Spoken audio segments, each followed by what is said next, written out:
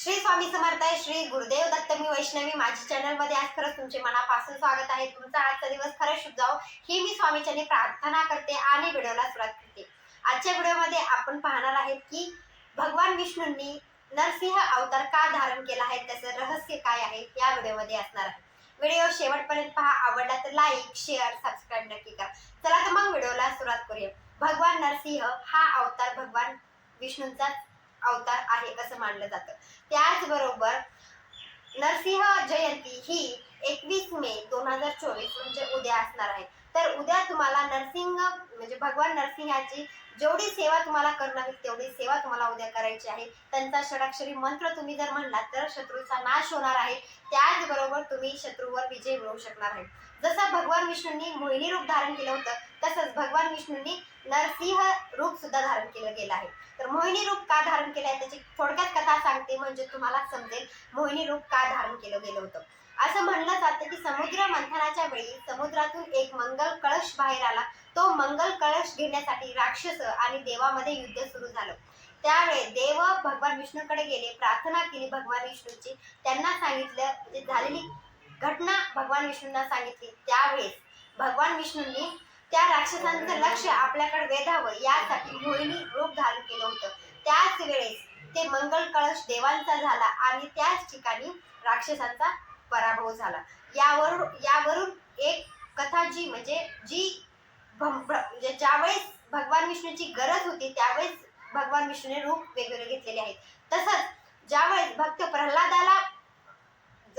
प्रल्हादाला जशी भगवान विष्णूची गरज होती त्याच वेळेस भगवान विष्णूने नरसिंह अवतार धारण केला. नरसिंह जयंतीच्या दिवशी भगवान नरसिंहाने भक्त प्रल्हादाचा जीव वाचवण्यासाठी स्तंभ फोडून त्यांनी हा अवतार घेतला गेला आहे. त्याच दिवसाला नरसिंह जयंती असं म्हटलं जातं. तर तुम्हाला समजलं असेल नरसिंह अवतार का धारण केलाय. भक्त प्रल्हादाचा जीव वाचवण्यासाठी नरसिंह अवतार धारण केला गेला आहे भगवान विष्णूंनी. ते झाल्यानंतर सगळ्यात महत्वाची गोष्ट की भक्त प्रल्हादावर तेवढी अडचण म्हणजे मारण्याचा कुणी विचार केला होता ते पण तुम्हाला माहिती असणं गरजेचं आहे. असं म्हटलं जातं की भक्त प्रल्हाद यांचे वडील हे हिरण्यकशिप होते. ते एक राक्षस कुळातले होते. पण त्यांना असं वाटत होतं की आपला मुलगा जे आहे तो फक्त माझं नामस्मरण करणं गरजेचं आहे. म्हणजे माझ्याकडे एवढे वर आहेत ज्यामुळे मला कधीच मृत्यू येणार नाही. पण भक्त प्रल्हादाला अशी शिकवण होती ज्यामुळे ते फक्त नारायण नारायण असं म्हणत असत. पण आता हिरण्यकशिप यांना काय वर दिला गेला आहे ते मी तुम्हाला सांगते. असं म्हटलं जातं की ज्यावेळेस हिरण्यकशिपाने वर मागितला त्यावेळेस त्यांनी वरामध्ये असं मागितलं गेलं, मानव असेल, पशु असेल, दानव असेल किंवा देव असतील यांच्या हाताने मला मरण येऊ देऊ नको.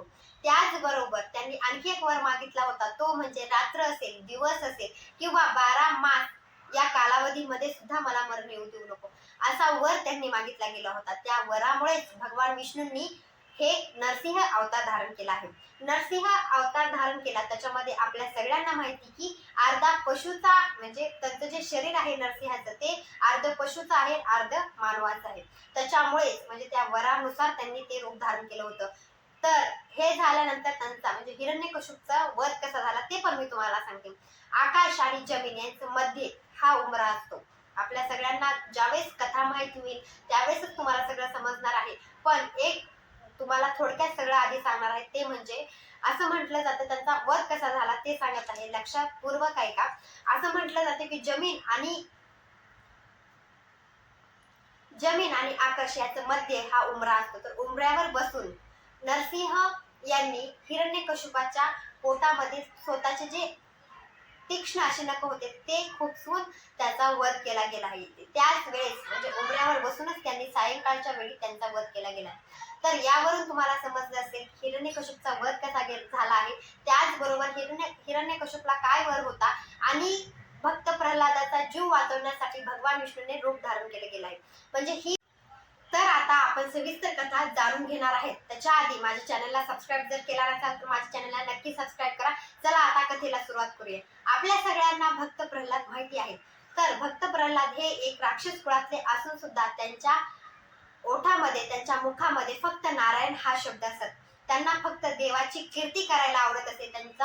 त्यांचं नामस्मरण फक्त देवाच्या बाबतीत असत.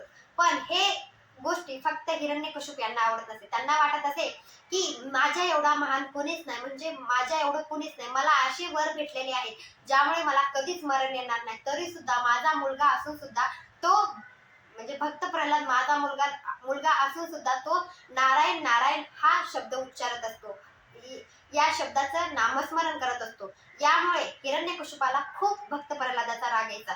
त्याने तो शब्द म्हणू नये म्हणून भक्त प्रल्हादाला हिरण्यकशिपूने खूपदा मारण्याचा प्रयत्न केलाय. त्याने उंच पर्वतावरून खाली फेकून द्यायचा प्रयत्न केलाय. जे साप असतात, साप त्यांना डसावे असा सुद्धा प्रयत्न केला गेला आहे. त्याचबरोबर उकळत्या तेलामध्ये सुद्धा भक्त प्रल्हाद याला टाकण्याचा प्रयत्न केलाय. तरी सुद्धा भक्त प्रल्हादाला थोडी सुद्धा काही व्हायची नाही, म्हणजे थोडी सुद्धा इजा यायची नाही. त्यामुळे आणखी संताप हिरण्यकशिपूला यायचा. एका दिवशी असंच हिरण्यकशिपूने त्याला विचारलं, तुझा देव कोणता आहे, कुठे आहे? त्यावेळेस हिरण्यकशिपूने एका स्तंभाकडे बोट केलं. त्यावेळेस हिरण्यकशिपूने विचारलं, इथं तुझा देव आहे का, तुझा नारायण आहे का? त्यावेळेस सुद्धा भक्त प्रल्हाद म्हणला, हो, माझा तिथं सुद्धा नारायण आहे. ज्या ठिकाणी मला तुम्ही मारण्याचा प्रयत्न केला आहे त्या ठिकाणी मला वाचवण्याचा प्रयत्न माझ्या नारायणानेच केला आहे.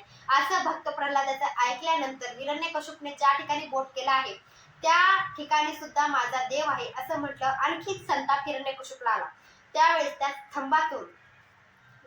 खांबातून आपले भगवान नरसिंह बाहेर आले. त्यावेळेस हिरण्यकशिपूचा वध झाला गेला. म्हणजेच वध कसा झाला तुम्हाला ते पण माहिती आहे. असा हिरण्यकशिपूला असं वर दिलं गेलं होतं, पशु, दानव, मानव असेल किंवा देव असेल, कुणीही मला मारण्याचा प्रयत्न केला तर मी मरणार नाही, त्यांच्या हाताने मरणार नाही असा वर होता. त्याचबरोबर दिवस असेल, रात्र असेल किंवा 12 महिन्यापैकी कोणताही कालावधी असेल त्याच्यामध्ये सुद्धा मी मरणार आहे. त्यावेळेस भगवान विष्णूंनी नरसिंह अवतार धारण केला. त्याच्यामध्ये अर्ध पशु आणि अर्ध दानव असा त्यांचा अवतार होता. म्हणजेच नरसिंह हा त्यांनी अवतार घेतला. आणि ज्या वेळेस असं म्हटलं गेलं होतं की रात्र असेल, दिवस असेल किंवा 12 महिने असतील, त्या अल्पवधी म्हणजे अल्प कालामध्ये सुद्धा मी मरणार नाही. तर त्याच वेळी सायंकाळी म्हणजे नरसिंह ज्यावेळेस प्रकट झाले त्यावेळेस त्यांनी जी जमीन आणि आकाश आणि जमीन याचा मध्य उंबरा असतो, उंबऱ्यावर बसून भगवान नरसिंह यांनी हिरण्यकशिपूच्या पोटामध्ये नखे खुपसून त्यांचा वध केला गेला आहे. तर आपल्याला ह्या गोष्टी समजल्या असेल, ही कथा तुम्हाला समजली असेल, ज्यामुळे तुम्हाला जी रहस्य आहे म्हणजे भगवान विष्णूने नरसिंह अवतार का घेतला गेला आहे त्याचं उत्तर भेटलं असेल. आणि माझा व्हिडिओ खरंच तुम्हाला आवडला असेल, लाईक, शेअर, सबस्क्राईब नक्की करा. भेटूया नंतरच्या व्हिडिओमध्ये. श्री स्वामी समर्थ, श्री गुरुदेव दत्त.